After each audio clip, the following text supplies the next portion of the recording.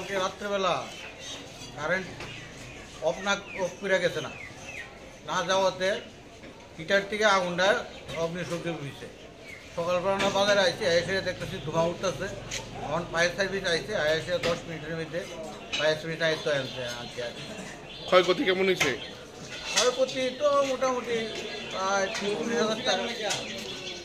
30-40 হাজার টাকার মুরগ কিনতে নষ্ট হয়েছে। সুভাষ বাজারের ওই যে শেডে মাংস বেশি শেডে আগুন লাগছে কারেন্টের শর্ট সার্কিট থেকে। এটা আমরা আগুনটা নিবাইছি আর কি। এখন আগুন আয়ত্তে আইছে নি? আগুন একটু